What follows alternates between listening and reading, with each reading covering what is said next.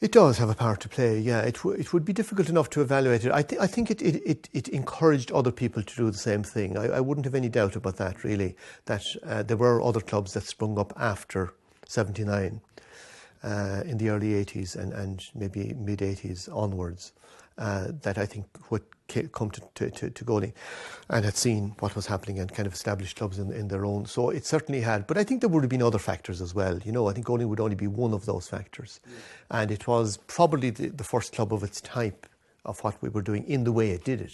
You know, there was, that's not to say that, you know, there were loads of singing, there was lots of singing and music going on elsewhere. But you know, it was kind of, in my experience, was probably the first club that kind of began in that way, you know, that the informal way, the non-stage way, the non-mic way, the non-MC way, you know.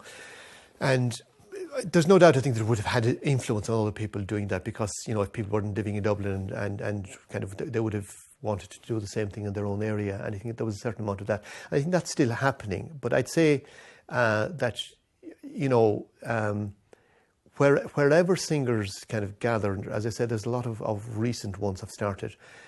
I think people just want to have a venue to go and sing. Very often it's on a monthly basis now. You know, people would meet once a month because certainly in the country area you wouldn't have the turnover of people, you wouldn't have the population. But there are quite a lot of monthly sessions going on. And whether they would be influenced by the Goaling or not, the Goaling to some people now would be so remote that, but they would be aware of it, I suppose, you know. But I think in the early days, yeah, it would have influenced people maybe to have a go at this. And I think it would have influenced people in other ways. I would hope that it would have encouraged people to sing, to learn songs, to write songs, to listen to songs, you know. And it would have introduced people to some fine singers. I suppose almost anybody who sang in Ireland, and that would be probably a wild exaggeration, but there were so many who passed through it, you know. Those who lived in Dublin, obviously, and then those who either were guesting or who just happened to be in Dublin, who popped in, or somebody would bring them along, you know. There were so many, you know, over the years. It's a long time for a club to exist, that, you know, the number of singers and the quality of the singing would be phenomenal, I would say. As I said, I think, you know, it is in a pretty healthy state in the sense that there's a lot of people singing, you know, and a lot of people learning songs, and a lot of people, there are numerous gatherings of singers now. And it would be very hard to evaluate that without going through every single one of them on a visit, you know, and seeing what they do and all that. But generally speaking, you know, they set them up because there's a demand for singing. There's quite a number of them in Clare alone, you know. Yeah.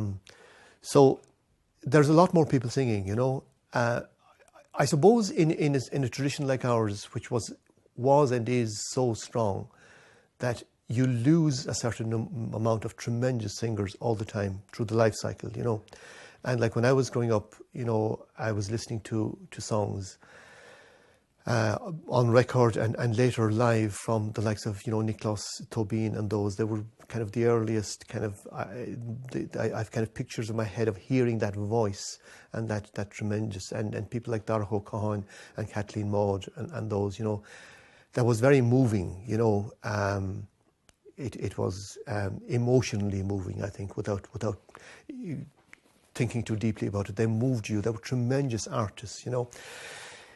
It's probably harder to get that now, you know. I think singing has changed probably a little bit. It has moved. I think maybe in some ways the Irish language singing has, in some respects now, I wouldn't want to generalise, has become competition orientated. You know, the Oireachtas does tremendous work in encouraging people to learn songs, but it can also kind of encourage people to, you know, to sing competitively, you know, which is quite a different thing. But I do think that part of it is just losing great singers every year, you know, over a period of time that are very hard to replace. And I think that would be true. I mean, you know, when I moved to Clare, and the ease at which, you know, you went to Tom Lenihan's house and sat with him and heard him sing. Yeah. And, you know, the chat was important as a singing. Or somebody like Mike O'Russell, you know, who played and sang, of course, but was a tremendous singer, had a great store of songs. And the ease with which it was, you know, it was so easy to meet him and to sit with him and to hear him, you know.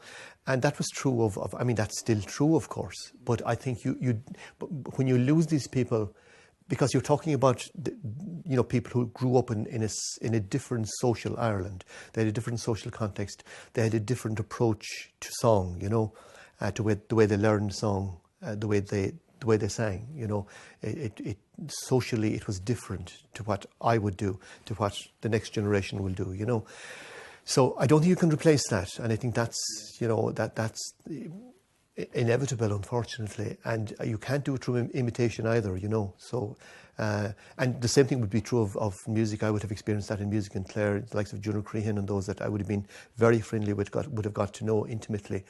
When they pass on, there is you feel a distinct loss, because you know that you can play the tunes and you can sing the songs, but the person is definitely irreplaceable, I think.